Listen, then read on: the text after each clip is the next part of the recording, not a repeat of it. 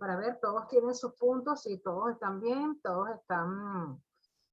Julio, ¿tienes algo pendiente conmigo? Sí, profe, le estaba escribiendo casualmente en el chat. Ok, no, acabo de verlo ahorita aquí en la exposición. Entonces tienes ahorita la exposición de tu grupo, o sea, tu parte, ya te voy a dar permiso para eso. Ajá, del resto, todos estamos bien, todos estamos perfectos, no tenemos problemas, todo el mundo tiene todos sus puntos acumulados. 2, 4, 5, 6, 7, 8. Les falta entonces a ustedes, recuerden que ustedes, la evaluación de ustedes es diferente a los de sector público. ¿En qué sentido? En que sector público todos los informes valen 2 puntos, inclusive el final. Ustedes no, ustedes todos valen 1 punto y el final vale 2 puntos, ¿ok? Entonces, no vayan a dejar de hacer su análisis de su artículo arbitrado. Ya con ustedes creo haber aclarado bien el punto de cómo tenía que ser ese artículo. Léanse el plan de evaluación que yo les envié. Ahí dice claramente que es individual, es como un artículo arbitrado, como los que yo les he mandado a ustedes, de la revista Cielo o de Almet, cualquiera de esas. Ustedes hacen su estructura de su artículo y lo van a hacer en base a cualquiera de los puntos que nosotros hemos analizado aquí en clase.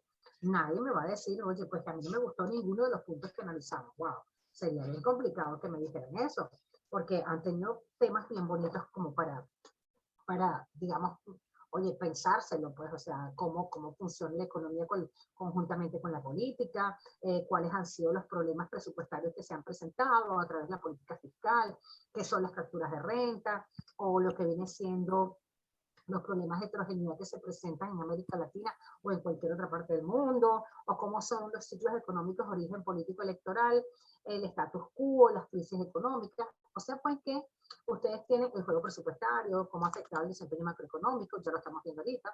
Entonces ustedes pueden tomar cualquiera de los artículos, ¿ok? Que ustedes han analizado o que han analizado sus compañeros o que a ustedes les haya gustado de inclusive de los que yo he mandado o los que ustedes vayan a investigar, algún punto que a ustedes les guste y ustedes comiencen ustedes de su propia creación. Como les decía a los chicos de sector público, aquí la idea, muchachos, no es copy pega, ni me interesa que sea copy pega.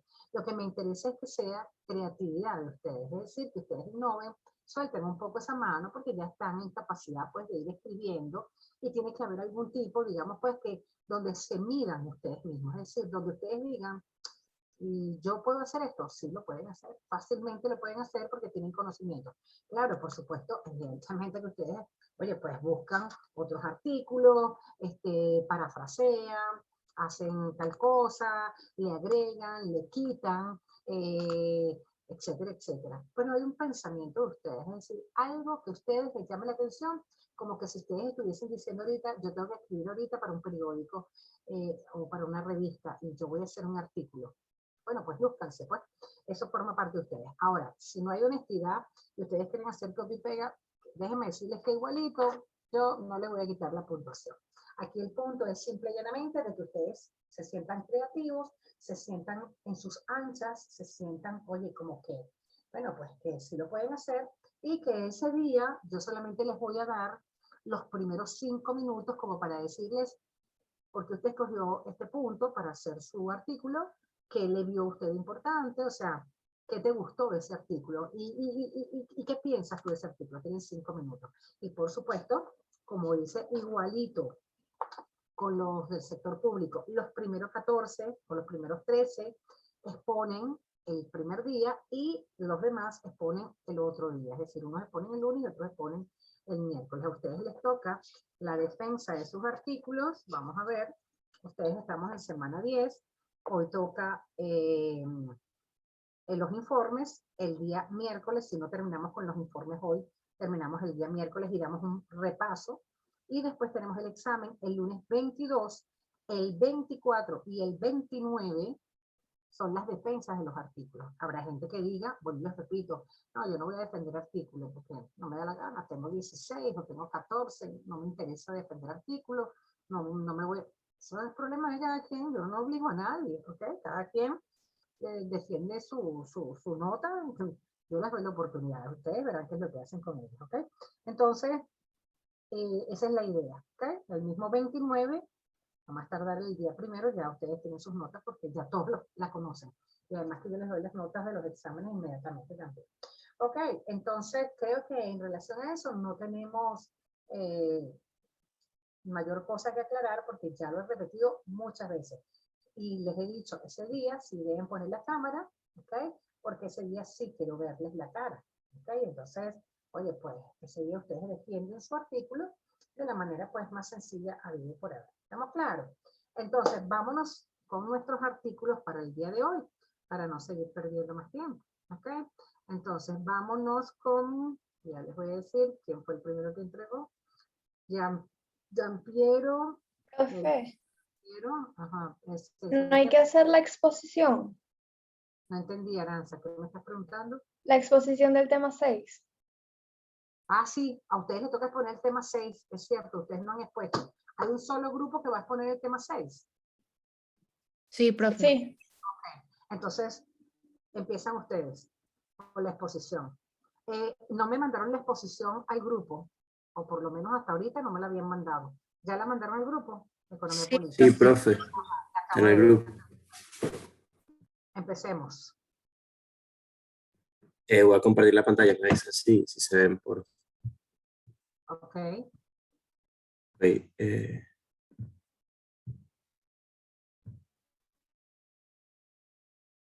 ¿se Ahora ve? sí.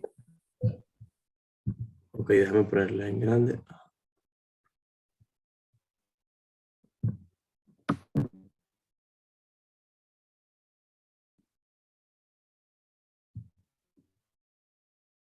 Ok, listo. Ok.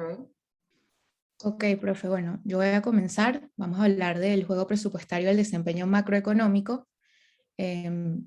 Manuel, puedes pasar la lámina para empezar a definir el presupuesto.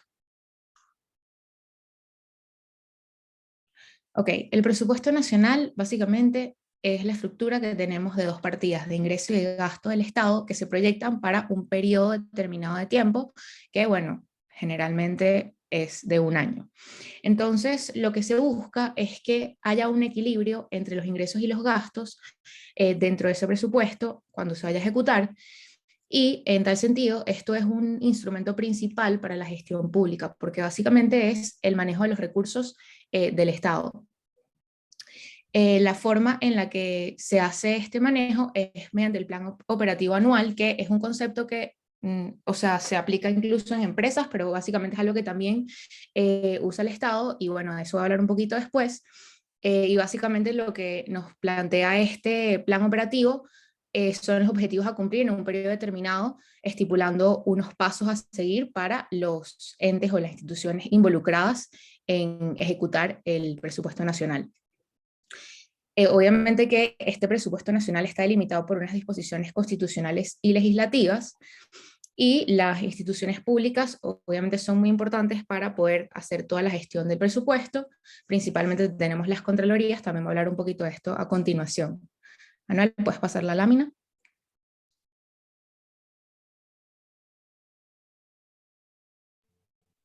Sí, ya la pasé, no sé si se ve la siguiente. Sí, tranquilo, está un poquito lento, pero sí.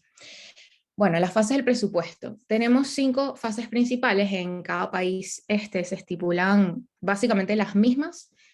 Por ejemplo, en Perú sé que son 4, pero son estos pasos principales. Primero se hace una estimación, luego viene la fase de coordinación, luego la de presentación al Poder Legislativo, luego la fase de sanción y promulgación, y luego la ejecución. Entonces, básicamente, en Venezuela la Ley Orgánica del Régimen Presupuestario establece en su artículo 3 que el presupuesto deberá tener un registro de ingresos y gastos que a su vez tenga un monto de gastos que no exceda el total del monto del ingreso.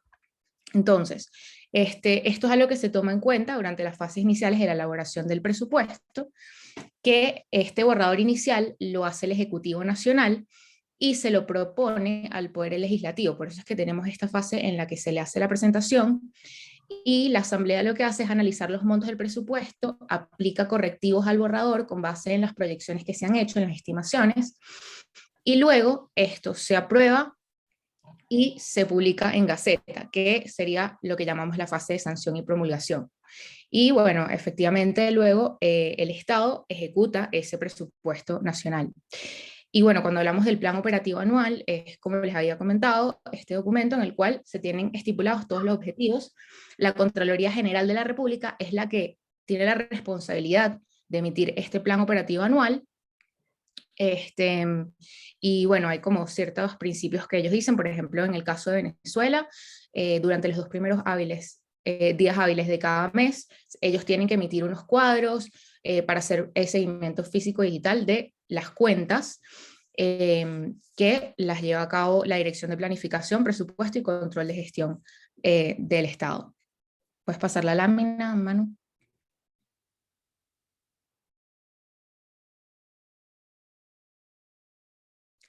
Y bueno, con respecto a lo que... No, te pasaste una lámina. Con respecto a lo que había mencionado sobre el papel de las instituciones, las contralorías, ¿no? Te fuiste ahorita a la segunda lámina. Eso, ya está, perdón. No, tranquilo. Ajá.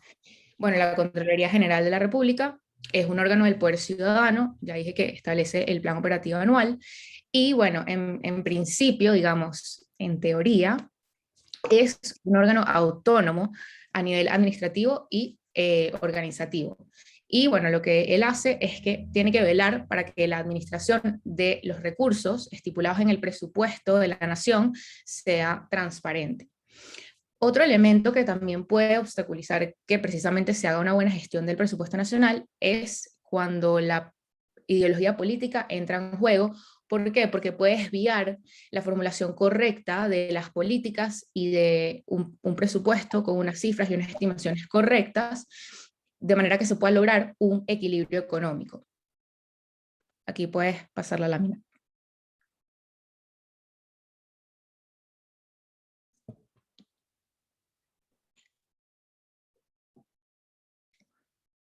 No, siguiente. Ok, ahorita les voy a hablar sobre los objetivos del presupuesto público, que bueno, son usualmente los objetivos, o sea, son como objetivos generales del propósito de realizar un presupuesto, más allá de los objetivos que este como que persigue, pues, para cada caso de cada país o institución. Este es prever ingresos y gastos futuros para anticipar todas las necesidades, transformar las políticas de gobierno en programas de acción por medio de la asignación equitativa de recursos, provee la estructura para las cuentas públicas y la contabilidad fiscal, y la base legal para la realización del gasto público para las cuentas públicas y la contabilidad. Además, permite la evaluación periódica de la gestión gubernamental para ver el rendimiento o el desempeño de este, y permite que el público conozca los proyectos y programas de gobierno para así crear sus expectativas o bueno, lo que espera del gobierno. También facilita el control y el proceso administrativo, la delegación de autoridad y fijar la responsabilidad financiera, minimiza costos aprovechando el uso de los recursos al planificar estos, cumple con los planes de la nación a largo, mediano y corto plazo, coordina las decisiones políticas, económicas y sociales y las actividades del organismo gubernamental, y establece una relación entre los fines por cumplir y los medios con que alcanzarlo para lograr el mejor desempeño. Pero desafortunadamente no siempre la ejecución del presupuesto cumple con todas estas metas que se pide, pues. Siguiente, por favor, Manuel. Bueno, porque es importante realizar un presupuesto. Esto es importante. El presupuesto es una de las herramientas más importantes, ya que es como que una guía para aprovechar los recursos y bueno, crear una base para que el gobierno y las instituciones gubernamentales cumplan con sus objetivos de la mejor forma. Este también es un instrumento para cumplir el plan de la nación, ya que debe formularse, sancionarse y ejecutarse en forma tal que asegure el logro de los objetivos previstos en el plan. También es una herramienta de administración, planificación, control y gestión gubernamental y jurídica, que ofrece un espacio para la coordinación en relación con los asuntos políticos, económicos y sociales. También sirve de soporte para la asignación de recursos y aprovechar estos, y provee una base legal para la realización del gasto público. También es un instrumento para la toma de decisiones en el sector público, ya que a través de él se delimita y especifica con claridad las unidades y funcionarios responsables de ejecutar los programas y proyectos establecidos. También tiene un gran peso macroeconómico en el crecimiento, el empleo, la inflación y la estabilidad y el desarrollo social, ya que da base para el desarrollo de estos, y tiene una gran importancia en la asignación de los recursos para prestar los servicios que demanda la sociedad, ya que dependiendo de la estructura que se haga, en la que se haga el presupuesto, se va a ver cuáles son las prioridades del gobierno y a qué se quiere gastar más o menos. Además, el Estado y los gobiernos tienen que, dentro de su función primordial, propiciar la redistribución del ingreso para luchar contra la pobreza, donde el presupuesto público juega un papel fundamental, especialmente en el destino de los recursos que sean en la asignación del gasto. También el presupuesto tiene distintos alcances. Está el alcance político en las políticas de producción de bienes y servicios y en la administración presupuestaria. El alcance administrativo está en planear, dirigir, coordinar, informar y supervisar. Evaluar y presupuestar las actividades a cargo de la entidad pública. Su alcance económico y financiero va en el ingreso público, en tener como que el registro del ingreso público tributario, y el presupuesto en el que se registra el origen y destino de los flujos financieros, y el alcance jurídico va en el establecer normas que regulan la ejecución y evaluación y fijan responsabilidades por el manejo del presupuesto. Siguiente, por favor.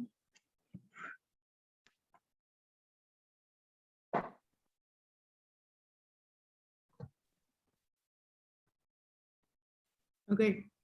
Ahora, evidentemente, como el presupuesto público es el elemento en el que el Estado va a poder participar dentro de la economía, si lo vemos desde el punto de vista de la política fiscal, evidentemente hay unos principios que debe seguir el presupuesto. La primera es programación, tiene que haber un plan específico y que sea de conocimiento a todo el mundo para que la economía funcione bajo las expectativas indicadas y no bajo supuestos de dudar de lo que está haciendo el gobierno. También está integralidad y universalidad, evidentemente tiene que incluir a todos los sectores de la economía y el alcance de este debe alcanzar, bueno, debe expandirse a todos los sectores y a todos los grupos dentro de la economía y de la nación. Está la coherencia y la honestidad junto con la transparencia, es un elemento súper importante porque de nuevo, si existe información asimétrica dentro de la economía, los resultados verdaderos de esas políticas, de los planes de la nación, se van a ver un poco, van a diferir de los resultados esperados precisamente porque influye el tema de las expectativas dentro de la coherencia y la credibilidad que tiene el gobierno.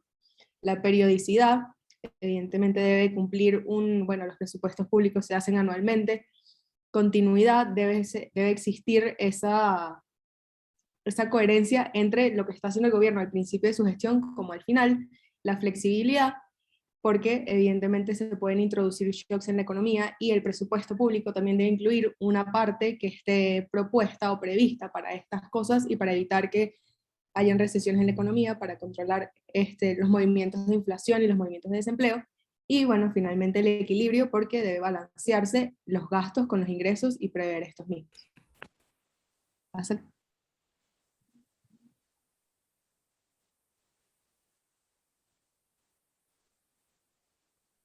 Okay. En la parte del desempeño macroeconómico, el presupuesto como recurso para el crecimiento, como dije anteriormente, el presupuesto es la base para que el Estado pueda llevar a cabo todos sus planes dentro de la economía y para participar dentro de esta en cuanto a ejercer una influencia sobre el crecimiento y la producción dentro de la economía. Entonces debe emplearse para alcanzar el desarrollo económico, la industrialización y el progreso, tomando en cuenta todos los sectores de la economía y bueno, evidentemente para aumentar la producción dentro de esta y hacer que sea más productiva la misma economía a lo largo del tiempo. Las políticas macroeconómicas deben guiar un proceso que tenga como finalidad la justicia social, el bienestar, la homogeneidad social y económica a nivel regional y nacional, porque el gobierno debe apuntar a satisfacer las necesidades de todos a través de la asignación eficiente de recursos. Y bueno, garantizar políticas sociales que sirvan de apoyo a las personas para que éstas puedan mantener su participación dentro de la economía y su situación sea cada vez mejor. El caso venezolano es interesante porque hay una ausencia de una correcta gestión del presupuesto nacional, no solamente en los últimos 20 años, sino que viene sobre todo desde la época del boom del petróleo. En la época de Carlos Andrés Pérez, durante su primer gobierno, los precios del petróleo impulsaron el ingreso, pero no la buena gestión presupuestaria. Y se creó una incoherencia entre la manera o la cantidad de ingresos que tenía el Estado venezolano con la eficiencia institucional que había dentro de Venezuela. Entonces, aunque las cuentas de la nación progresaron en términos de los ingresos que estábamos recibiendo, las instituciones no progresaron y no mejoraron su capacidad para recibir esa cantidad de ingresos, y por eso es que se creó desde este momento una inconsistencia y una mala gestión del presupuesto nacional, también incluyéndose la parte de que el Estado venezolano desde ese momento se convirtió en un Estado paternalista, y bueno, eso evidentemente aumenta el presupuesto de la nación, pero no necesariamente significa que los recursos se están asignando eficientemente, porque precisamente es una mala gestión, y los poderes que controlan este presupuesto no necesariamente son imparciales. Y bueno, finalmente el crecimiento económico con una aplicación indeseada de las políticas macroeconómicas. De nuevo volvemos al ejemplo de los años de democracia, en donde se aplicaron las políticas macroeconómicas para darle una sensación a la nación de que tenía más, pero a través de los planes paternalistas y no necesariamente a través de el crear una cultura de, ok, tenemos una mayor cantidad de ingresos, pero se van a invertir más allá de que se den a las personas las cosas en la mano. Es influir en ese trabajo para aumentar la producción y no necesariamente una producción ficticia que estaba promulgando el Estado con la mala gestión del presupuesto. Pásalo. Ok, sobre la gestión pública, por favor, avísenme cuando se vea la lámina porque yo no veo lo mismo que ustedes en mi pantalla. La gestión pública, la única forma de medir su éxito y de saber que ésta está siendo correcta es considerar los efectos a largo plazo. Y esto se debe a que el corto plazo no es lo suficientemente significativo en el sentido de que pueden existir medidas que a lo mejor tengan un efecto inmediato y potencien la economía del país, pero que en el largo plazo no sean sostenibles y que no se caigan. Entonces, la única manera de saber que esta aplicación es correcta es evaluarla en términos de los resultados y los efectos que tienen en el largo plazo. Esto va de la mano también con entender la trascendencia de esta gestión a la sociedad. Es decir, si esto que se está haciendo está generando bienestar social o no. Y uno de los mejores indicadores para saber si se está generando bienestar social es evaluar la evolución de la sociedad a medida que la gestión pública hace sus resultados. Esto puede ser un poco complejo, entonces voy a poner un ejemplo.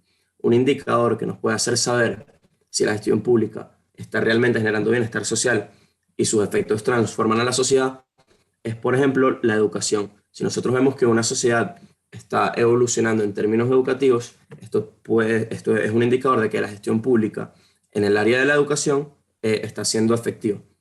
Y estos cambios, como mencioné antes, solo se pueden ver reflejados en el largo plazo. O el largo plazo es una variable un poco más confiable.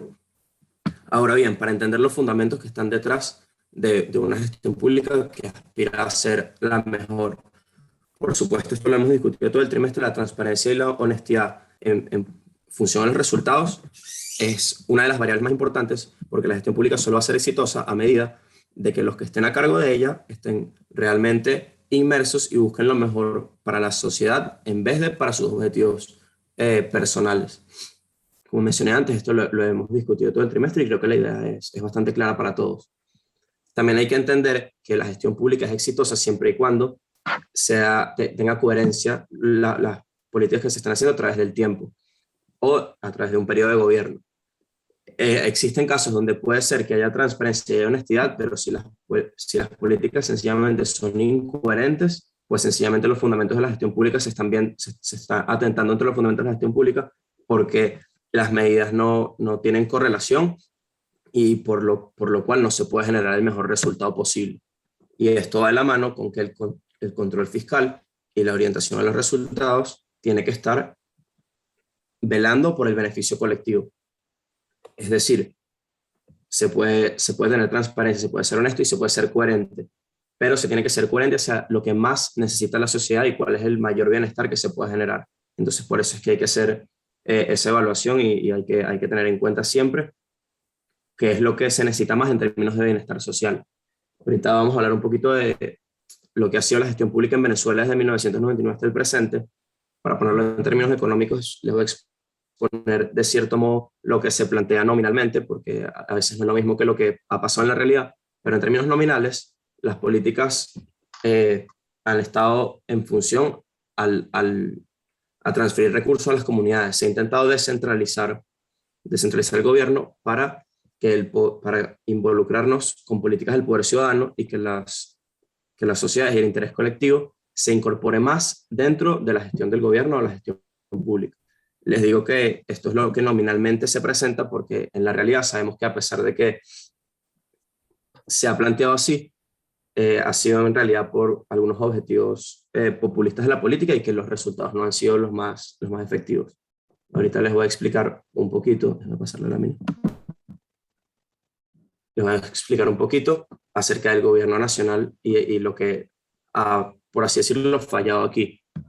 Creo que todos lo sabemos de manera superficial y comienza por la falta de transparencia con respecto al manejo del presupuesto y la distribución presupuestaria.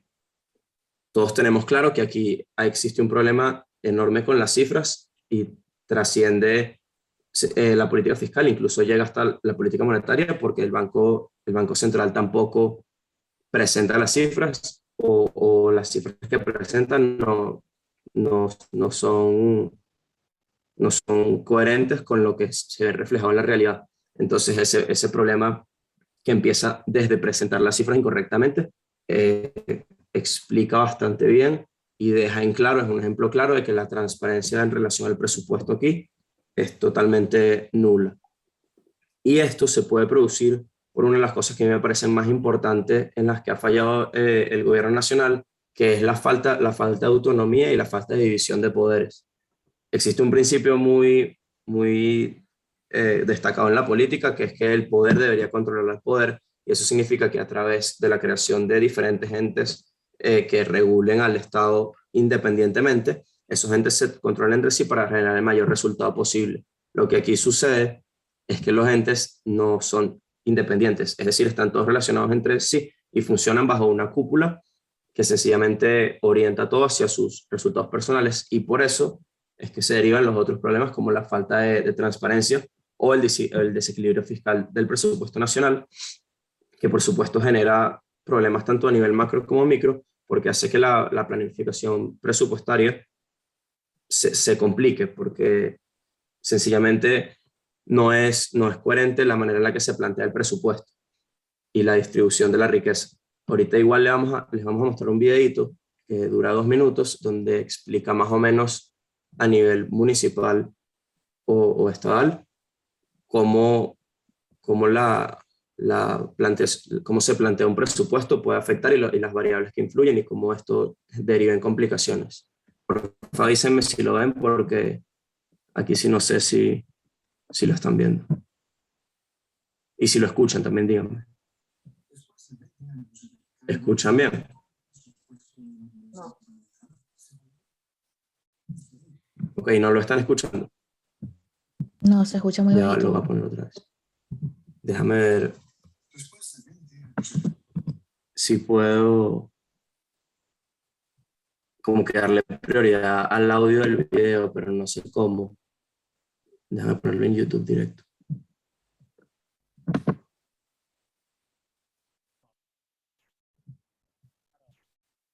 En verdad no estoy muy claro de cómo hacer para presentarse. O sea, porque no sabía que no lo iban a escuchar.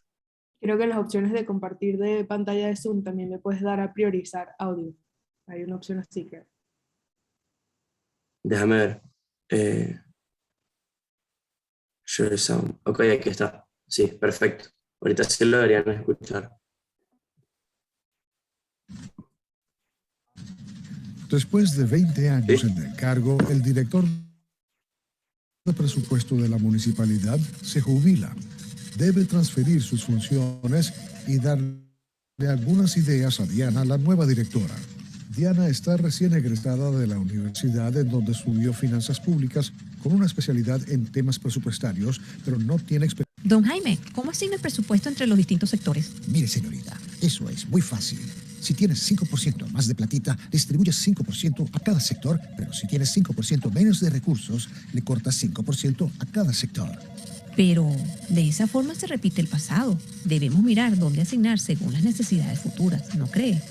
Yo sé lo que le digo. Hace 20 años que hago el presupuesto así. Y cuando tenemos una obra que tarda 2 años, ¿cómo la presupuesta? Presupuestas el costo del primer año. Y después verás si tienes... Eso es un enfoque muy a corto plazo.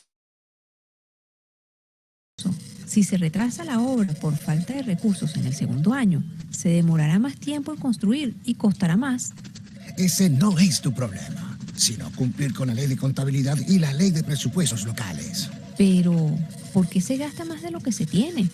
Eso genera una deuda a futuro. Porque lo pide el alcalde. Ellos duran 4 años y se van. Complácelos y te jubilarás tranquila como yo. ¿Y cómo aprueban el presupuesto en el Consejo Deliberante? Los concejales tienen sus obras preferidas. Asegúrate que al menos una de esas obritas estén en el presupuesto y así te aprueban sin mirar mucho. Pero así se incrementa el gasto por el efecto de la bolsa común. Como no les toca pagarlo, no les importa el incremento del gasto. Pero de esta forma tendremos que aumentar los impuestos y los vecinos no estarán contentos. Y por esos vecinos es que estamos aquí.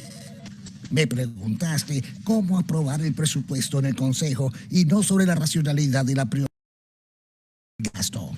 Esta situación muestra los males de la gestión presupuestaria.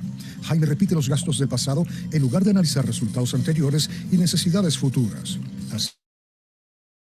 Asimismo, gasta más de lo que tiene por presupuestar a corto plazo y carecer de una visión estratégica a largo plazo.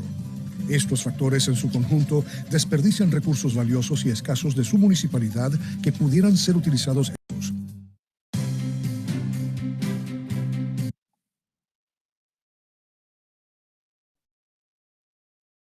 Ajá, ok, perdón. Estaba hablando y está silenciado. Ese fue el video.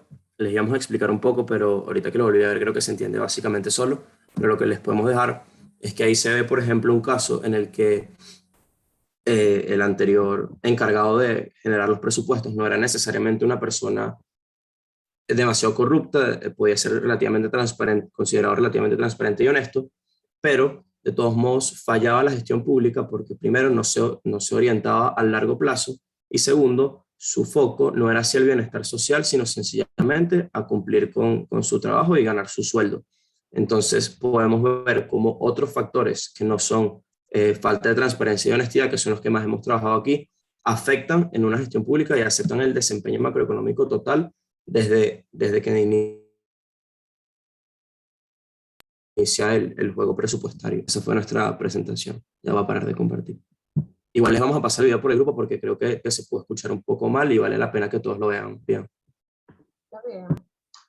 La buena la explicación, vean que hay una parte evidentemente teórica, ¿ok? Que nosotros pues no podemos dejarlo a un lado, que es que, o todos los principios que deben estar dentro de lo que viene siendo el desempeño macroeconómico que está, digamos, sujeto a esa parte teórica, que son esos principios fundamentales que tienen que tener un arraigo y que debe seguir un proceso, ¿ok? Porque es así como debe ser, ¿ok? Si no existiera ese procedimiento, esos principios, pues lógicamente nos estaríamos saltando gran parte de los procedimientos regulares que se deben llevar a cabo para que las cosas o para que las instituciones funcionen correctamente como deben funcionar. Entonces, quizás una de las cosas con que nos encontramos en palabras más, palabras menos, ya lo han visto ustedes, perdón, en ese video, que es muy, digamos, muy elocuente, porque eso es algo como que nos está diciendo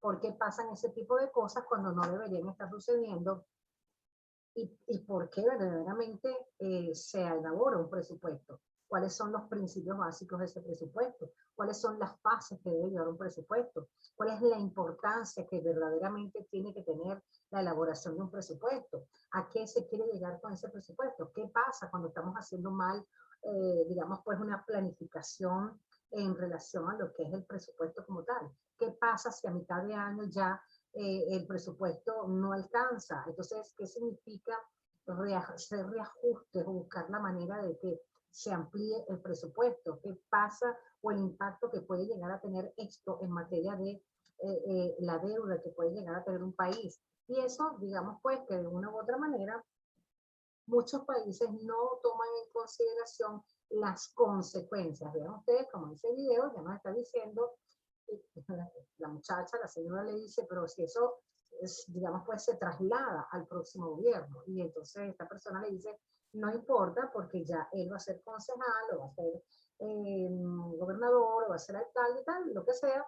Ya en los próximos 4 años ya él no va a estar ahí y ya él, digamos, pues, oye, se llevó una gran cantidad de dinero. Entonces, obviamente que aquí juega un papel fundamental toda la relación que nosotros hemos visto desde el punto de vista teórico, cuál es la connotación que puede tener, y ya ustedes mismos dijeron, nosotros hablamos pues de que no pueden estar, así cuando la ley establece que el Banco Central debe ser autónomo y no de estar direccionado bajo la directriz de lo que es el poder legislativo, sino que simple y llanamente ni ejecutivo ni nada, sino que simple y llanamente deben tomar sus propias decisiones y no pueden estar a merced de lo que el Estado le convenga. Entonces, en este caso, pues, obviamente, lo hablamos en la clase pasada, artículo 319 y 320, artículo 37 también, ahí es donde hacen referencia a que el Banco Central en un momento determinado tiene que cumplir ciertos requisitos y muchas veces vemos cómo quizás la política económica se ha tergiversado y ha habido un cambio de paradigma que está sujeto a los lineamientos que el Estado ha querido conducir a través, pues, lo hemos visto, de la ley habilitada. Eso no es una crítica que se diga destructiva o una crítica negativa para aquellos que de una u otra manera piensen pues que uno pudiera estar diciendo que es algo negativo lo que se está haciendo. No, yo no lo veo algo negativo. Puede ser algo positivo si las realidades del desempeño macroeconómico dieran resultados positivos. Pero este problema está en que están sujetos a ciertas condiciones que muchas veces no nos llevan a una realidad macroeconómica. Entonces vemos cómo se distorsiona el presupuesto de la nación, se maquillan cifras, se manejan y se conducen de una manera, no solamente para el caso venezolano, sino que en muchos países, y entonces se ve una conducción del presupuesto que no está siguiendo los lineamientos o los principios básicos que nosotros tenemos que seguir, como son la coherencia, la transparencia, la continuidad. Entonces, el equilibrio, entonces se rompe la verdadera magia de lo que viene siendo el desempeño macroeconómico, porque por supuesto que este presupuesto de la nación ha distorsionado por completo las variables macroeconómicas. Entonces, algo que nos tiene que llamar poderosamente la atención es que son un sinfín de variables que nosotros tenemos que tomar en consideración. ¿Y qué es lo que debemos tomar en consideración para hablar de un desempeño macroeconómico coherente, loable, manejable, transparente, donde exista una continuidad? Que tenemos que ver que el resultado final, donde estamos viendo proyectados variables como Producto Interno Bruto, políticas de pleno empleo, es decir, la parte de desempleo, una economía formal, una economía informal, cuando estamos hablando de lo que viene siendo Producto Interno Bruto, reservas internacionales, deuda externa, riesgo país, volatilidad de los mercados, fuga de capitales. Son elementos, son variables macroeconómicas, que son el resultado prácticamente de lo que viene siendo unas políticas que se están utilizando no de una manera adecuada, porque en el momento en que estamos planificando, tenemos que saber desde el principio cómo nosotros vamos a estructurar a la economía, cómo la estructuramos. Se supone que ante todas las cosas, todos nosotros, ya bien sea desde el punto de vista micro como desde el punto de vista macro, los que vieron la economía del sector público antes, ya saben que estábamos hablando de la eficiencia desde el punto de vista micro. Y la parte micro es, digamos, pues, la parte más pequeña, la parte individual de la teoría económica. ¿Y a dónde la explayamos? ¿A dónde la llevamos? A la parte macro, que es el deber ser. El deber ser es que la parte micro me lleve a la parte, digamos, macro, para yo poder ver un conglomerado de variables que tengan un buen desempeño y que generen el máximo de bienestar social para una sociedad. Entonces, obviamente, señores, que en materia de economía, pareciera como que los políticos ya vimos el comportamiento durante todos estos, digamos, 6 temas en la temática de la economía política. Nosotros hemos visto aquí comportamientos de políticas que ninguno de ustedes y yo podemos decir que sean cónsonas única y exclusivamente a la realidad venezolana. Falso. Son cónsonas a todas las economías, tanto de países desarrollados como de países subdesarrollados. ¿Qué nos puede diferenciar en un momento determinado de que exista una buena aplicación de políticas que sean conducentes a un buen desempeño económico, macroeconómico? Evidentemente, la parte de las leyes son fundamentales. Cuando no existe, o cuando existen leyes, pero esas leyes no son leyes sancionatorias, no son leyes constitucionales, leyes económicas que se cumplan bajo estrictos regímenes que nosotros podamos decir, ese es el resultado que debemos tener. Entonces se altera el proceso y se genera un desequilibrio del desempeño macroeconómico. Entonces, cualquier tipo, digamos, de incoherencia, cualquier tipo de discordancia que se vaya a aplicar, que me vaya a distorsionar el proceso en un momento determinado, me va a generar un desequilibrio atroz. Entonces, si yo, Pedro Pérez, tengo un ingreso desde el punto de vista microeconómico, Pedro Pérez recibe como ingreso 10 bolívares al mes, Pedro Pérez tiene que hacerse un plan, es decir, yo me tengo que planificar. ¿Cuál es mi planificación? Mi planificación es simplemente cuáles son mis ingresos fijos, mis egresos fijos, mis egresos variables. Es decir, tengo unos ingresos que son fijos todos los meses, tengo que pagar agua, luz, teléfono, condominio, universidad, etc. Son fijos. Están fuera de lo que es lo normal, que, oye, que puede haber eventualidades. Se rompe una tubería, tuve que llevar el carro al taller, etcétera, etcétera. Pero por regla general, todos tenemos que hacernos una planificación. ¿A qué me refiero con esto? Si mis ingresos deben ser mayores que mis egresos. Nunca mis egresos mayores que mis ingresos. Por lo tanto, ahí viene una reconducción del nivel de ingreso de Pedro Pérez, en dado caso, pues, de que su ingreso, es decir, su salario nominal, no se adapte a las exigencias de su salario real. Es decir, lo que me entra en bolívares que tengo que gastar en lo que es la parte del proceso inflacionario, es decir, todos mis gastos. Aranza, tienes el micrófono, ya, ok, ya lo cerraste. Entonces, eso es a nivel microeconómico. Ahora expláyenlo ustedes a la parte macroeconómica. Pasa lo mismo con el Estado. ¿Qué es lo primero que tiene que hacer el Estado?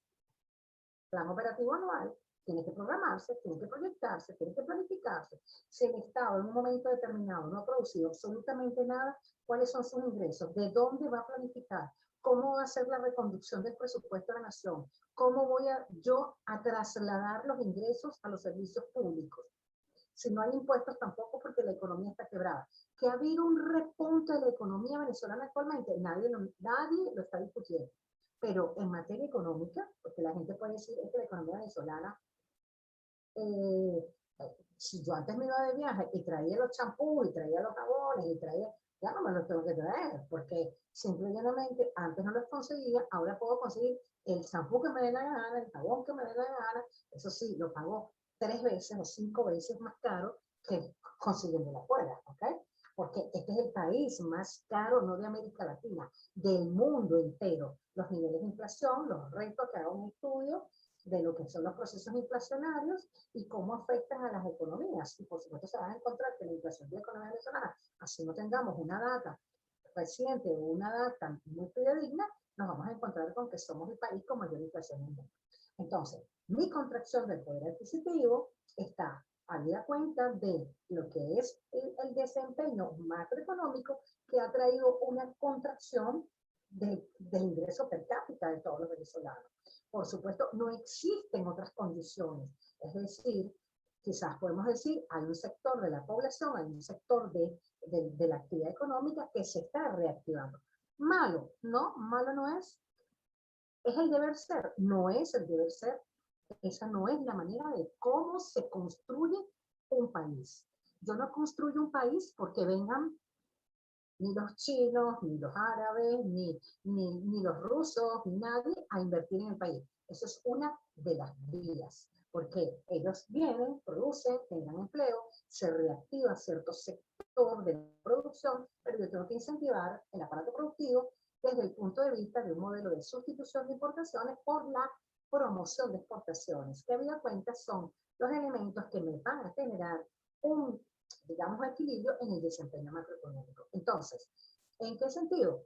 Cuando yo genero un tipo de economía endógena, cuando yo genero un tipo de economía de escala, cuando yo genero, impulso la competencia perfecta, cuando yo rompo con los monopolios, cuando yo disminuyo el riesgo país, cuando evidentemente la volatilidad de los mercados disminuye porque yo he planificado, porque yo simplemente contraigo deudas, puedo pagar las deudas, me convierto en un país solvente, donde existe una continuidad y una transparencia en las políticas macroeconómicas, yo estoy siendo garante de confianza, de estabilidad dentro de la economía. Cuando yo estoy viendo que el desempeño macroeconómico en relación a la nivel de inflación baja, aumenta el Producto Interno Bruto, se genera una política de pleno empleo, conduciendo una economía formal, no informal, donde el salario real se ha, digamos, estabilizado en relación a lo que es el salario nominal de América Latina, entonces obviamente yo puedo hablar de un desempeño de las variables macroeconómicas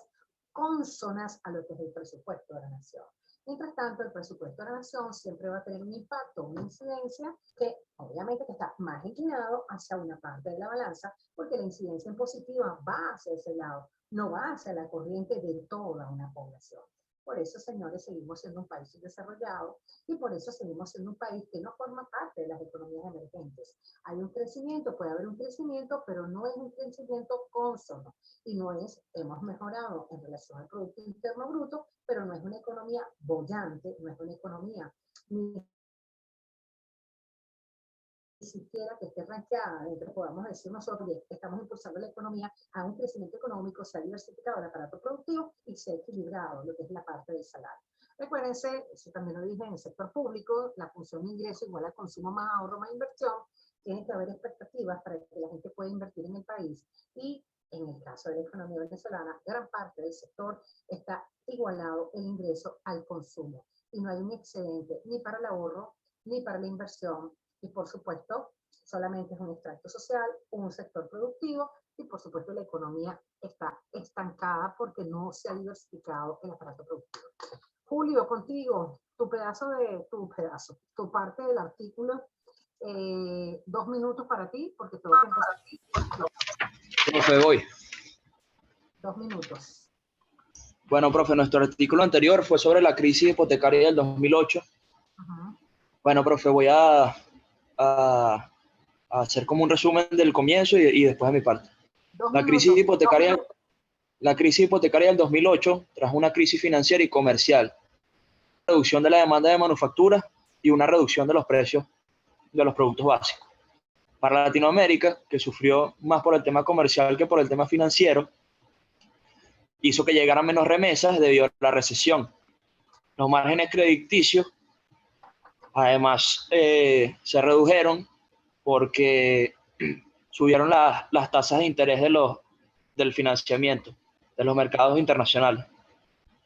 La CEPAL, el Banco Mundial y entre otros proyectaron una caída de entre 1.6 y 2.6% del PIB, las cuales estuvieron acertadas. Después de 6 años de crecimiento, hubo una caída del 1.8% del PIB y 2.9% del PIB per cápita en Latinoamérica y el Caribe. México fue la economía más afectada por sus lazos con Estados Unidos, donde fue el origen de la crisis, y tuvo una caída del PIB del 7%. Los pronósticos anunciaban que Latinoamérica iba en 2010 a recuperar lo que había perdido en el 2009, es decir, los puntos perdidos del PIB. Los niveles del PIB per cápita llegarían en el 2011. Los niveles del 2008 llegarían en el 2011, es decir, 3 años sin crecimiento. Pero viendo los verdaderos datos de la CEPAL, en el 2009 descendió 3% el PIB y en el 2010 subió 4,8%. O sea que esa proyección no fue acertada. En 2 palabras, dime qué es lo que dice tu artículo, en 2 palabras. En 2 palabras. ¿Qué aporta tu artículo? Básicamente, ¿qué es lo Bueno, que profe. de tu artículo interesante que lo relacionaste con este tema? Ok, ¿puedo decir 3 palabras? Sí, y 4 también. Bueno, profe, bajas regulaciones financieras, excesivos préstamos a personas que no tenían el poder adquisitivo para cumplir con los giros, y eso todo comenzó en el siglo pasado, cuando empezaron con todos los instrumentos financieros, los bonos subprime, todos estos instrumentos, y se los daban a personas sin tantos requisitos. Y no cumplieron con los pagos y bueno, surgió toda esta crisis. Está bien, listo. Ya terminaste, Gracias. Julio. Tienes tu punto. Vámonos con el grupo de Gianpiero, de Julio, de Iker y María Molina. Desigualdad y desempeño macroeconómico, la implicación del diseño de la política fiscal. Listo, los escucho. Ok, profe. Este artículo es de la Red Sudamericana de Economía Aplicada y lo que destaca es que focalizan en los efectos macroeconómicos distributivos de largo plazo de diferentes instrumentos de política fiscal, tanto por el lado de los gastos como de ingresos del gobierno sobre la actividad económica y distribución del ingreso en Uruguay. En Uruguay. Sí, en Uruguay. Y utilizan datos para el periodo de 1981 a 2011, sobre todo estos análisis que realizaron. Y algo que me llama la atención es que enfocan todos los efectos macroeconómicos, pero resumido nada más en el gasto y el ingreso, cuando pueden haber muchas más variables que pueden tomar en cuenta, pero estas son las de mayor peso en el país. ¿Qué más? Profe. El IECON 12, para cuando se escribió este artículo, había desarrollado recientemente indicadores que tenían como fin o como finalidad medir la desigualdad. Esto nos interesó bastante porque fue un gran aporte por la consistencia de ellos durante 3 décadas.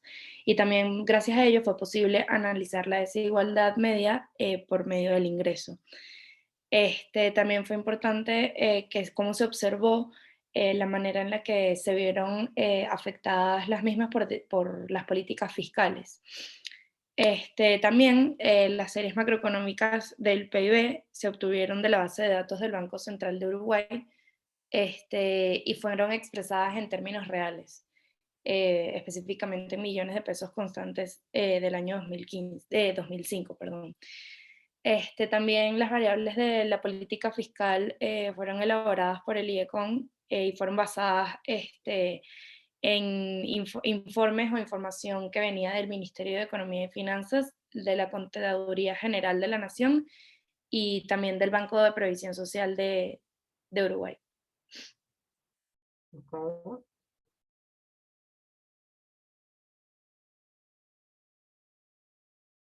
¿Y más?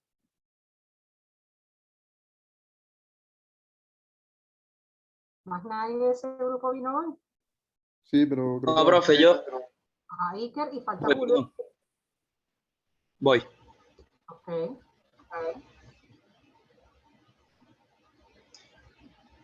Bueno, profe, según Calderón, él destaca efectos keynesianos de largo plazo. Keynes afirmaba que el gasto público hacía descender el desempleo y por ende mejorar la situación económica. En el estudio se ve que un aumento del 1% del gasto público aumenta a largo plazo el PIB en 0.8%. El resto de las categorías fiscales, inversión pública, impuestos directos e indirectos, no tienen efectos significativos sobre el PIB. En los estudios del Banco de Uruguay se lee que el gasto público tiene buenos efectos sobre la desigualdad. Por otra parte, el gasto corriente destinado a infraestructura reduce la desigualdad, permite a las bajas clases conseguir empleo y estar conectadas con la actividad económica. Además, la infraestructura que es destinada a educación pública Permite acceso a estudios de distintos niveles de educación y a servicios necesarios para una mejor calidad de vida. Ok. Bueno, también por último, profe, un punto a destacar es que en Uruguay las políticas fiscales que supuestamente reducen la desigualdad, como sería el gasto corriente y los impuestos directos, tienen los efectos contrarios, es decir, que incrementan ligeramente la desigualdad, mientras que en un porcentaje relativamente pequeño de los recursos destinados al gasto, como sería la inversión pública, reducen la desigualdad.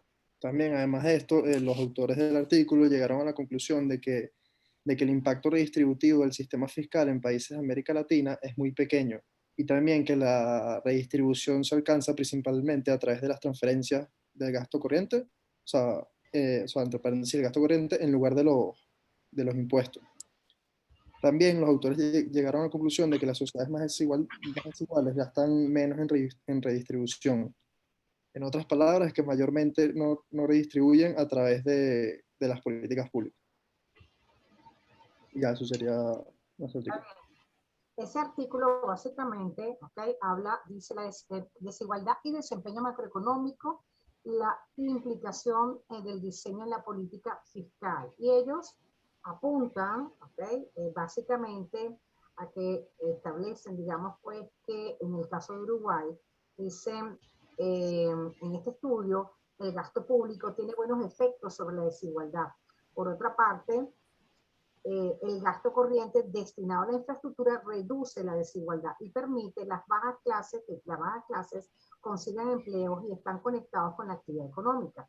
Además, la infraestructura es destinada a la educación pública que permite el acceso a estudios de distintos niveles de educación y servicios. Concluye, dice, el impacto redistributivo del sistema fiscal en países de América Latina es muy pequeño.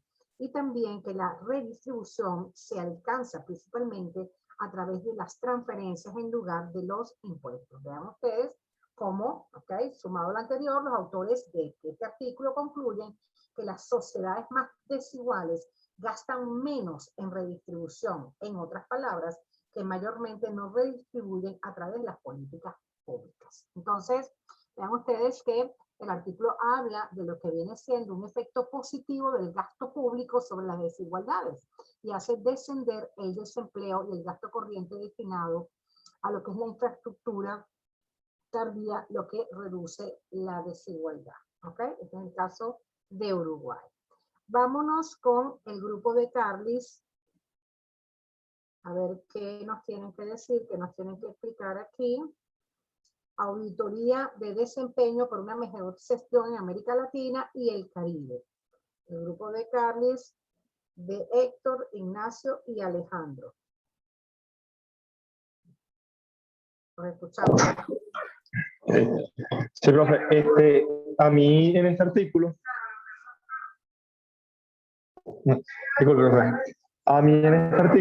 lo que entendí, me estuvo llamando la atención, es que, o sea, en los últimos años, como que los entes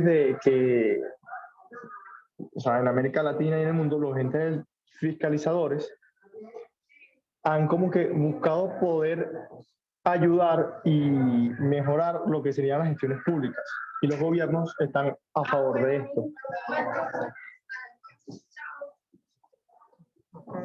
Y los gobiernos están a favor de esto.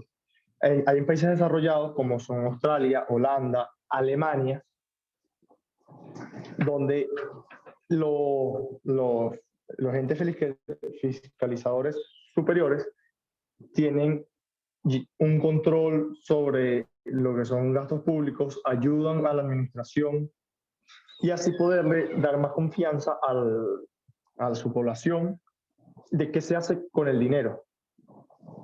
En América Latina se está tratando de implementar, ya que la población de cada país tiene mucha desconfianza por el tema de corrupción, porque hay casos como el de Odebrecht. Entonces ellos están tratando de que cada vez más cada vez puedan obtener los procesos que se hacen en países desarrollados y esto lo hacen, un ente que nos está ayudando es el Banco Interamericano de Desarrollo, que ya tiene un tiempo o sea, presentándoles apoyo a las entidades fiscalizadoras de los países latinoamericanos para poder lograr estos objetivos. Y del 2011 es que han visto que hubo como o sea, los gobiernos como que pidieron como que más ayuda al Banco Interamericano de Desarrollo para poder lograr esto. Ok, ¿qué más? Bueno, profe, ¿me escucha? Sí, Héctor, perfecto. Bueno, profe, una vez que los autores discuten el alcance de estos estudios, ellos adentran un poco más en lo que es la auditoría de desempeño. La definen como una revisión objetiva, independiente y, digamos, transparente de lo que es una gestión de gobierno. Toman tres principios que están en común en esta definición. ¿Por qué? Porque no se ajusta específicamente, o no hay una definición estándar para todos los países. Entonces, por ejemplo, para Suecia, la auditoría de desempeño es una tarea que examina el grado de uso efectivo de sus fondos estatales. Mientras que para Nueva Zelanda solo revisa la eficacia, la prudencia financiera y el cumplimiento de obligaciones legales. Y, digamos, para Países Bajos, determina las políticas aplicadas, o mejor dicho, determina si las políticas aplicadas son efectivas, legítimas y eficientes. Entonces podemos ver en común que hay como tres principios, que tenemos el principio de la eficacia, que basa en cumplir los objetivos propuestos, el principio de la eficiencia, que trata de aprovechar los recursos producidos que estén disponibles, el principio de la economía, que se basa en mejores precios y reducciones de costos. Al notar este patrón, los autores los establecieron como los objetivos principales a alcanzar cuando se desarrolla este tipo de auditoría. Y una vez que elaboran esta auditoría o el informe de esta auditoría, se ven incluidas observaciones y recomendaciones a aplicar, a las cuales se le da un seguimiento para asegurar el desarrollo de este plan de acción. Y ya por último, tratan de evaluar el impacto de estas acciones tomadas. Muchas gracias. En el artículo ellos nombran, o sea, dicen que para hacer una auditoría de desempeño hay ciertas prácticas internacionales que, bueno, sobre todo Latinoamérica deberían empezar a seguir. Entre ellas, ellos destacan, bueno, nombran una que es implementar auditorías de desempeño costo eficiente. Y esto es básicamente delimitar el alcance y el objetivo de las auditorías. Y ellos nombran a Islandia, o sea, como ejemplo. Pues en el 2010 la Oficina Nacional modificó los informes y los empezó a hacer más cortos y focalizados. Ellos así lograron mejorar la productividad y además cubrieron más temas. Y por otra parte, bueno, este artículo nombra que en el 2010 ellos ahí ya lo empezaron a publicar en la web, entonces eso empezó a generar interés en las personas y como que agregó valor. Ellos también nombran que, por ejemplo, cuando se hacen auditorías hay veces que hay expertos que no necesitas todo el año, o sea que para recortar costos hay que contratarlos a tiempo parcial. Y nombran un caso de Puerto Rico que en un momento determinado contrataron a una empresa solo con el objetivo de estimar los posibles cambios en el gasto federal, si influía o no en ciertos programas de asistencia que ellos tenían. Ok.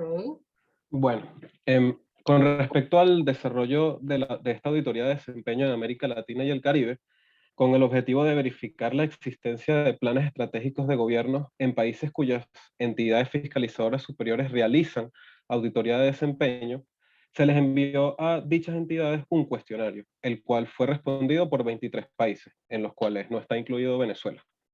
De estos 23, 16 afirmaron que realizan auditorías de desempeño de acuerdo con la definición de ISAI y, con alguna excepción, indicaron evaluar los principios de eficiencia, eficacia y economía, que, como explicó Héctor, son los principales. Pero algunos otros incluyeron equidad, transparencia y otras dimensiones más específicas, como por ejemplo en Ecuador, en donde se evalúa la gestión de los hospitales. Entonces, estas diferencias de lo que significa auditoría de desempeño en los países de América Latina y el Caribe refleja el hecho de que el desarrollo de las normas de esta auditoría va a depender de las realidades y de las particularidades de cada país. Ahora bien, de los 23 países que respondieron, los 7 restantes indicaron no realizar auditorías de desempeño según la definición de ISAE. Y las principales razones de no hacerlo, indicadas por las correspondientes entidades fiscalizadoras superiores de cada país, fueron, en primer lugar, personal calificado limitado o inexistente, luego presupuesto limitado, luego que esta área no está priorizada en el plan estratégico de las entidades fiscalizadoras superiores, y por último, factores externos al alcance de estas entidades. Está bien. Ese artículo era interesante, auditoría del desempeño para una mejor gestión pública en América Latina. El artículo es interesante porque hay una parte del artículo que les dice claramente la inconformidad, vean ustedes, la inconformidad con la gestión pública que se realiza, por lo que cada vez más personas quieren que los gobiernos hagan rendiciones de cuentas. Es decir, hay una inconformidad por parte de la población en relación a lo que es el manejo de la gestión pública. Entonces, quieren que exista una rendición de cuentas. Imagínense ustedes, para el caso de Venezuela, o sea, hacer una rendición de cuentas, ¿ok? Tema complicado, ¿no? Pero, en este caso, pues ese artículo habla de la auditoría y habla esencialmente, hace uso pues de algunos países donde Venezuela no aparece por ningún lado, ya como ustedes dijeron, pero en el caso, toma en consideración el caso de Holanda, de Australia, en el caso mismo de Ecuador, ¿ok? Donde deben, digamos, analizarse ciertos principios que son básicos y para ellos están determinados en 3, que son la eficacia, la eficiencia y la economía. Es decir, hay una parte dentro de su artículo también muy interesante que dice mejor desempeño de la gestión pública con el fin de hacer más con menos recursos. Con eso, solamente con estos 2 puntos, mejor desempeño de la gestión pública con el fin de hacer más con menos recursos, eso significa maximización de ganancias a través de la minimización de costos. Número 1. Número 2, rendición de cuentas a la población de la gestión pública por parte de los gobiernos es otro de los elementos fundamentales de esta cátedra. Y por supuesto, los principios fundamentales para la rendición de esas cuentas, donde se utiliza 3 elementos como son la eficacia, la eficiencia y la economía, a través de un mejor desempeño, como viene siendo la equidad, la justicia social, la transparencia y la coherencia, hacen pues que exista una gestión pública muchísimo más honrada, muchísimo más transparente, que pueda, digamos, verse en esa auditoría que se está haciendo, digamos, una gestión muchísimo más, digamos, equilibrada, ¿ok? Cosa que difícilmente a veces pasan ese tipo de cosas. Vámonos con el grupo de Francisco, de Ricardo de Madeiros, aquí estamos, el grupo de Génesis, Ricardo, Miguel y Francisco Zanabria, ¿ok? Vámonos con el artículo de ustedes, tiene que ver con políticas fiscales, equilibrio de Nash. Vámonos. ¿Me escuchan? Perfecto, Miguel. Ok. Bueno, el nombre del artículo que nosotros escogimos se llama Desempleo involuntario como un equilibrio de Nash y la política fiscal para el pleno empleo. Nosotros nos quisimos enfocar, o sea, en la parte del juego presupuestario, claro está, pero entendiendo el juego como una situación interactiva, una interacción entre políticas económicas y los resultados económicos en general, como puede ser el desempleo, puede ser la inflación, resultados económicos en general. Ahora, entender interacciones implica entender la teoría de juegos, y eso es algo que en ocasiones se deja afuera de la teoría económica, pero que es fundamental a la hora de entender sobre todo la economía política, porque la economía política se basa en interacciones Estado-empresa, empresa individuos, Estado individuos. Entonces, guarda muchísima relación.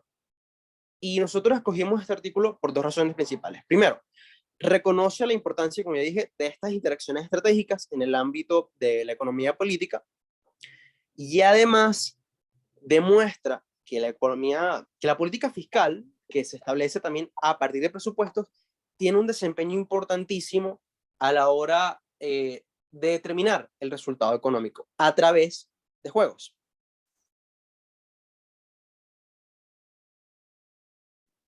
¿Me escuchan? Sí. Bueno, este artículo básicamente se basa en poner esta política desde la perspectiva de la teoría de juegos y determinar si el equilibrio puede ser un equilibrio de Nash y si la política fiscal es capaz de llevar a la economía a dicho equilibrio. Se presentan dos situaciones que existen dos periodos donde uno, el que se puede trabajar, y el otro en que los agentes están retirados. Y el juego se desarrolla en un mercado de competencia perfecta, donde solamente existe una empresa que produce un solo bien. Pero al mismo tiempo, ellos hay como tres casos de juegos diferentes. Uno donde el gobierno puede tener gasto público, otro donde el gobierno no tiene gasto público, y el tercero mezcla los dos juegos principales. Pero los dos tipos de juegos son distintos, pero el resultado siempre es el mismo. Y cuando no existe el gasto del gobierno, el equilibrio Nash se alcanza cuando se produce una unidad del bien. Y además de todo eso, es como una matemática detrás de cada juego de la política fiscal y el desempleo. Bueno, ¿me escuchan? Sí, Francisco. Ah, perfecto. Bueno, en el artículo se hace énfasis de que es la política fiscal mediante el señoriaje que sirve para para llegar a la política de pleno empleo, no el gasto mediante impuestos. Eso por un supuesto del juego, ya que los productores del juego distribuyen una parte de su ingreso al consumo, otra a los impuestos que es la jubilación y otra parte para, para el ahorro. Y es para el préstamo de aquellas personas que no trabajan, que es el equilibrio de Nash inicial del juego. ¿Por qué solamente funciona con política fiscal y no con política monetaria? Porque con la política monetaria, según los autores, no incrementa el ingreso de las personas, solamente es una transformación de bonos ya existentes, ¿ok?, en dinero o recolección, si fuera una política contractiva. Entonces, el objetivo de este juego es jugar con el déficit fiscal de los gobiernos para aumentar el ingreso, estimular el nivel de empleo y llegar a una situación óptima, porque sabemos que no siempre el equilibrio de Nash es óptimo. Entonces, bueno, esa es básicamente toda la idea del juego, que es muy interesante. O sea, sí, profe, para terminar, a mí en verdad creo que hasta este momento creo que es el artículo que hemos buscado que más me ha gustado, porque de alguna manera explica y demuestra a través de la matemática, porque o sea, esta materia siempre ha sido, como decirlo, un poco teórica, no se ha visto la parte matemática, pero se ha visto desde la matemática, que es una parte también súper importante del estudio económico, que todo lo que decimos se puede lograr, o sea, realmente es posible desde el punto de vista matemático. Con todo eso, que es un ambiente súper controlado, de competencia perfecta, de un bien, de dos agentes, de dos generaciones, en realidad, o sea, sí se puede ver en la práctica y en la matemática que realmente es posible. Y es súper chévere ver todo lo que hemos hablado a lo largo de la materia sobre cómo el gobierno puede impactar en la economía, tratando, no sé, en este caso, fomentando el empleo. Claro, eso se dice, lo hemos visto en macro, pero de alguna manera en esta parte, una situación interactiva de teoría de juegos, o sea, se puede ver así, a pesar de que es un artículo un poquito corto y capaz no muy súper descriptivo, o sea, se ve y súper interesante poder apreciar que realmente sí es posible desde el punto de vista de la matemática. Eso porque a mí la teoría de juegos, de verdad que desde que vimos la materia me ha encantado y me parece súper chévere verlo bien aplicado a a la economía. Y bueno, eso pues que siempre es chévere ir como un pelo más adelante que quedarse en la teoría y verlo aplicado en la práctica, en la matemática. Sí, eso es muy cierto. Evidentemente, Ricardo, pues te reto a que tu último artículo, tu artículo final, sea en base a eso, a lo que es la teoría de los juegos, ¿ok? En relación a lo que viene siendo cómo jugar con el déficit fiscal, ¿ok? Es interesante porque evidentemente podríamos hacer un juego aquí con lo que es la teoría de los juegos, ¿no? Obvio que la teoría de los juegos a producir o nos va a generar, no a ciencia cierta, pero sí nos va a generar algunas directrices para la toma de decisiones.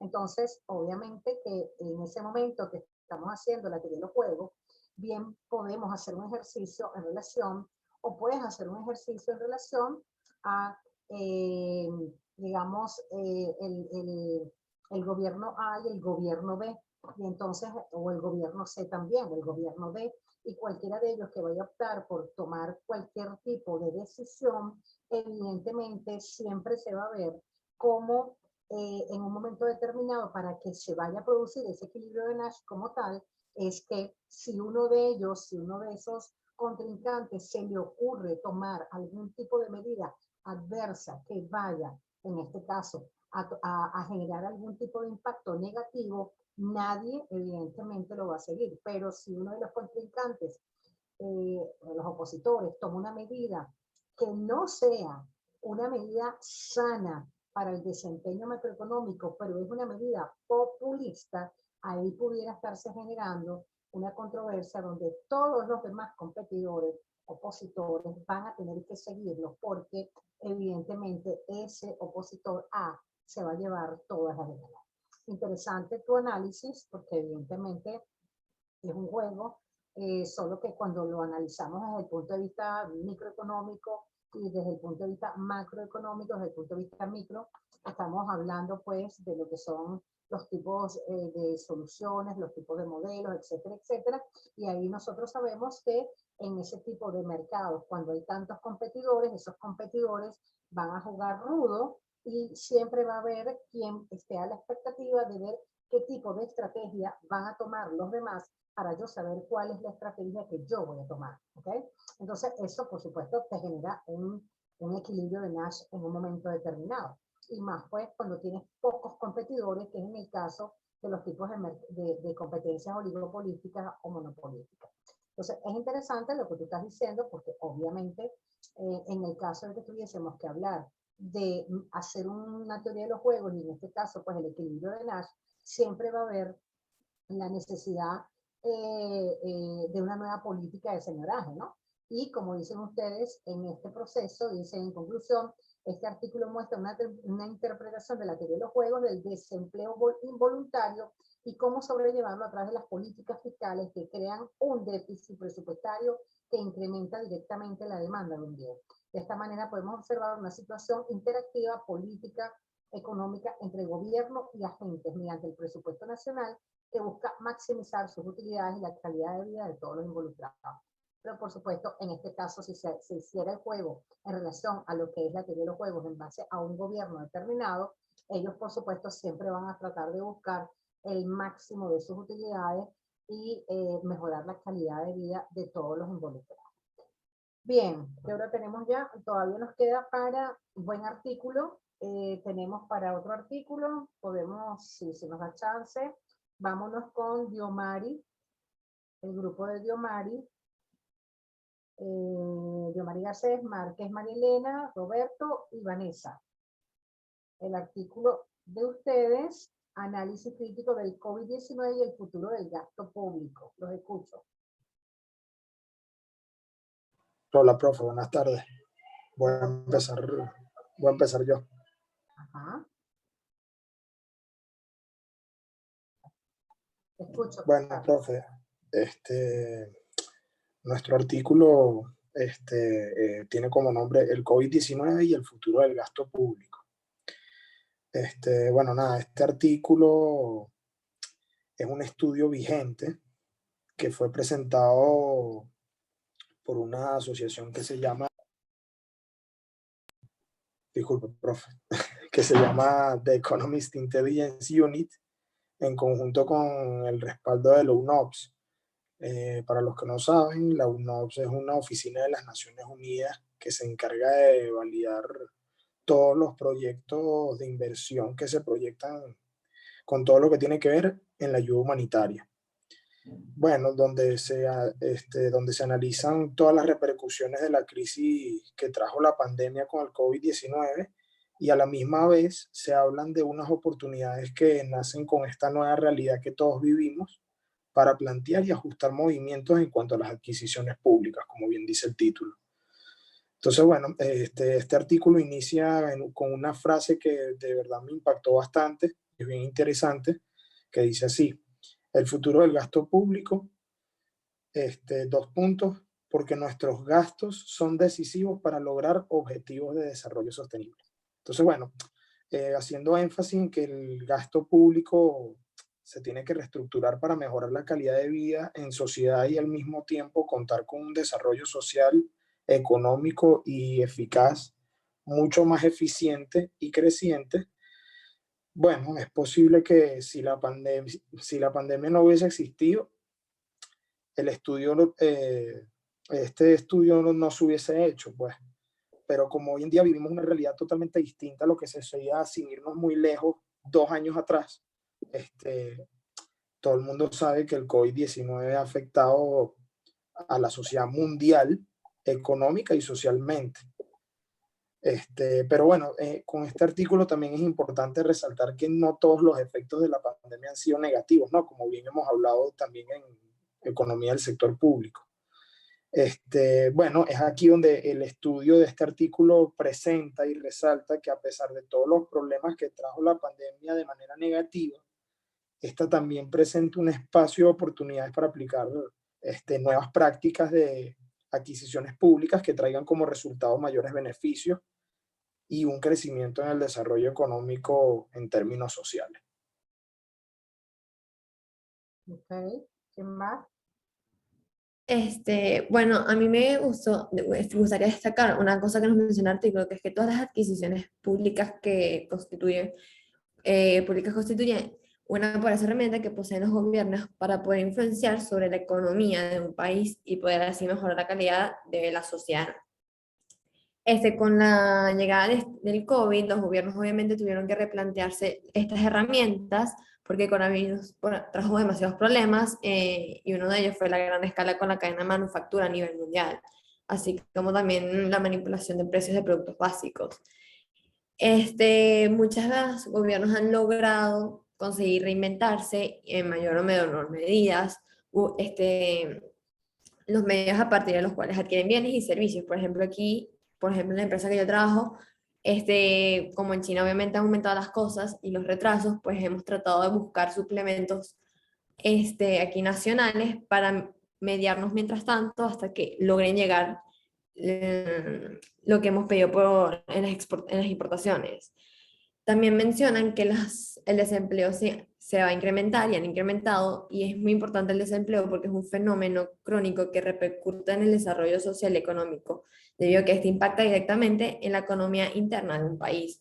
Es por eso que los gobiernos deben plantearse políticas como el gasto público que puedan contribuir de manera más amplia y así poder reactivar una economía y satisfacer la demanda de empleo y logrando así aumentar la productividad. Un planteamiento común en este sentido es que se puede vincular estrategias de adquisiciones de préstamos a empresas, particularmente las medias y pequeñas, para poder estimular y garantizar el impacto económico de las inversiones, para así poder promover el empleo y mejorar la calidad de cada quien y que, bueno, obviamente la productividad se vea influenciada. Ok, ¿qué más? Sí, profesor, yo. Por mi lado, lo que me llamó la atención del artículo es que reconoce totalmente que el COVID ha complicado mucho las redes de suministro y ha aumentado todos los precios de importación de productos, especialmente de China. Pero eso lo ve más bien como una oportunidad. el COVID básicamente ha sacudido relaciones comerciales que llevan décadas o años o un tiempo considerable y le ha abierto las puertas pues a nuevas innovaciones, a nuevas oportunidades entre socios distintos, lo cual a la larga definitivamente será mejor pues, porque ya no siempre seremos, ya no todos los países serán tan dependientes de, por decirlo así, el país que más destaca en términos de exportaciones por manufacturas, que viene siendo China, como mencionó Van anteriormente. Y otra cosa interesante es que al mismo tiempo se está empezando a enfocar los presupuestos en las pequeñas y grandes empresas, las cuales les ha costado más sobre aguantar toda la polémica del COVID, todos sus efectos y consecuencias económicas. Y eso probablemente sirva para diversificar más el mercado y generar mayor competencia. Si bien naturalmente las empresas grandes ya seguramente podrán salir de la crisis del COVID probablemente igual o más fuertes que antes, pues es bueno ver que se le está dando más atención a las pequeñas empresas, que a la larga es de donde surgen también las ideas más innovadoras, que después son compradas por las megacorporaciones, pero bueno, ya eso es otro tema. Ese sería mi aporte. Okay. Y bueno, como Roberto estaba hablando, la pandemia fue algo que sacudió a muchos gobiernos y bueno, aquellos que se supieron adaptar y supieron adaptar nuevamente su manera de gasto y las estructuras de presupuestos que tenían a estas nuevas épocas son aquellos que han logrado sobrevivir un poco. De hecho, el artículo destaca mucho todo el aspecto de desempleo y cómo algunos países han lidiado con eso. O sea, por ejemplo, el desempleo fue algo que afectó mucho, muchas personas quedaron sin trabajo o sea, en una crisis tan grave, y uno de los elementos que usaron muchos países fue a través de las adquisiciones públicas. A través de estas adquisiciones muchas eran obras, muchas eran proyectos que no solo iban a generar empleos a futuro, sino que en el entretanto, mientras que estaban en construcción y eso, generaban empleos, y fue una manera como que de irlo sobrellevando, aparte, bueno, de las muchas otras maneras que ya Vanessa explicó cómo fueron adaptando ese presupuesto. Entonces, bueno, creo que fue algo bastante interesante de cómo muchos gobiernos logran adaptarse a sobrevivir a este shock y cómo, bueno, a través de eso, como dijo Roberto, se descubren nuevas maneras, nuevas formas de llevar las cosas, cómo estructurar mejor un presupuesto y que podemos seguir adaptando un futuro.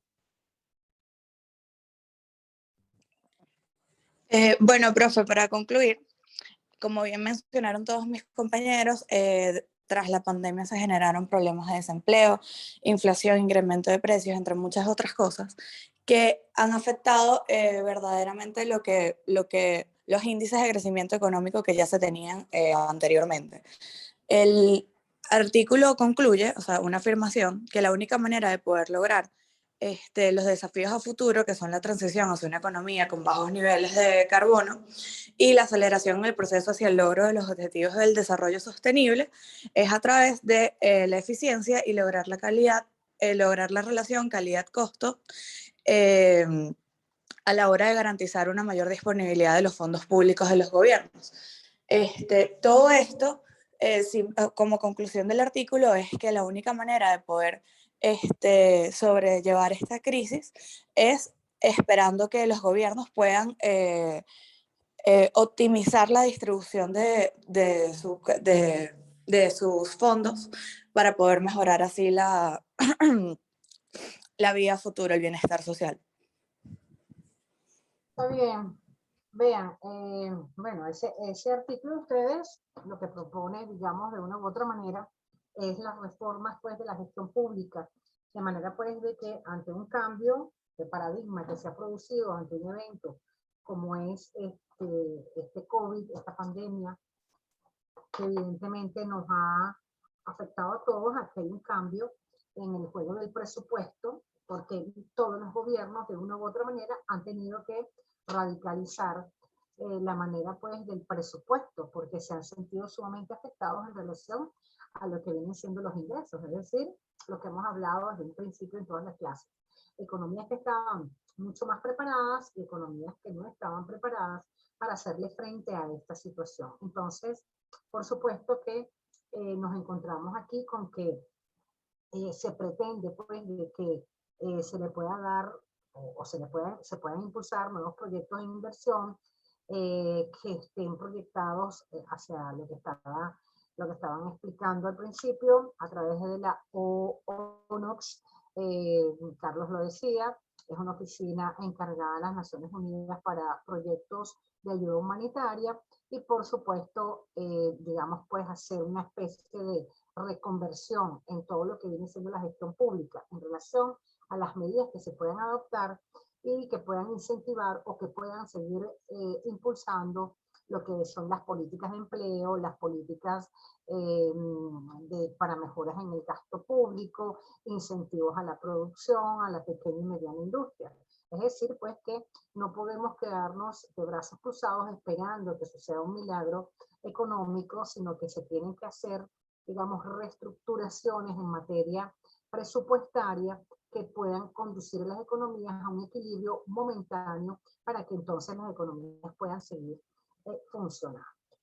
Bien, vamos a dejarlo hasta aquí. Me queda un solo grupo por exponer, pero